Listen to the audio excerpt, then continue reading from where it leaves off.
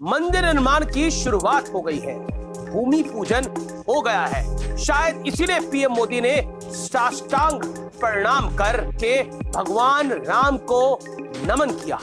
लेकिन शायद कुछ लोगों को यह सब कुछ चुभ गया, बहुत चुभ गया।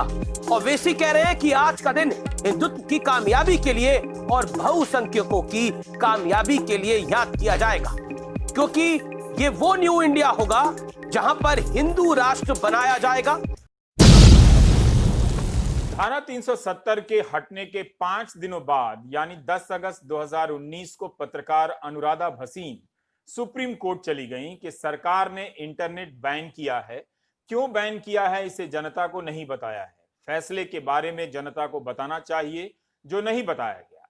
इस याचिका में कहा गया कि पूरी तरह इंटरनेट और टेलीकॉम बंद कर देने से प्रेस की स्वतंत्रता पर भी असर पड़ा है। रिपोर्टर और फोटो पत्रकार सूचनाएं नहीं भेज पा रहे हैं।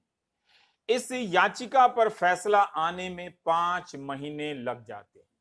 10 जनवरी 2020 को सुप्रीम कोर्ट का फैसला आता है कि इंटरनेट बैन करने के फैसले के बारे में जनता को बताया जाए।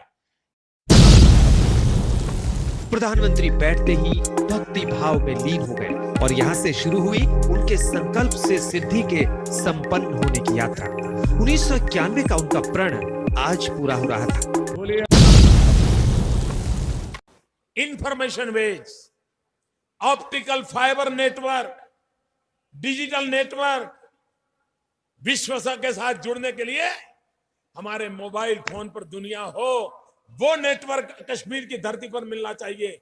और जो मुफ्ती साहब कॉल सेंटर की बात करते थे, जिसके कारण नौजवान को रोजगार मिले, यहां का नौजवान बड़ी आसानी से अंग्रेजी बोल लेता है, थोड़ी सी पढ़ाई करे वो अंग्रेजी में तैयार हो जाता है। अगर हम कॉल सेंटर्स का नेटवर्क खड़ा करते हैं, हमारे नौजवान को यहीं पर रोजगार मिल सकता है और उसको हम बल देना चाहते हैं। उसी प्रकार से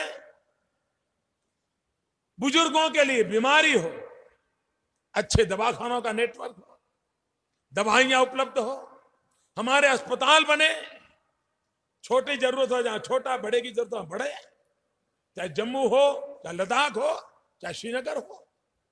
हमने आधुनिक एम्स अस्पताल उसको बनाने की दिशा में आगे बढ़ रहे, जिसका लाभ जम्मू को भी मिलेगा, श्रीनगर को भी मिलेगा। हम आईआईटी शुरू करना चाहते हैं, आईआईएम शुरू करना चाहते हैं, ताकि हमारे नौजवान को उत्तम से उत्तम शिक्षा मिले और सस्ते से सस्ती शिक्षा मिले। उत्तम से उत्तम शिक्षा, सस्ते से सस्ती शिक्षा, और वो भी ग्लोबल लेवल की। जब प्रधानमंत्री यह भाषण देते हैं शेरे कश्मीर स्टेडियम में, तब भी घाटी में आतंकवाद था। इस पूरे भाषण का एक ही सार है, अगर इंटरनेट का नेटवर्क ना हो तो प्रधानमंत्री ने जो कहा था 2015 में, उसे पूरा करना आसान नहीं है।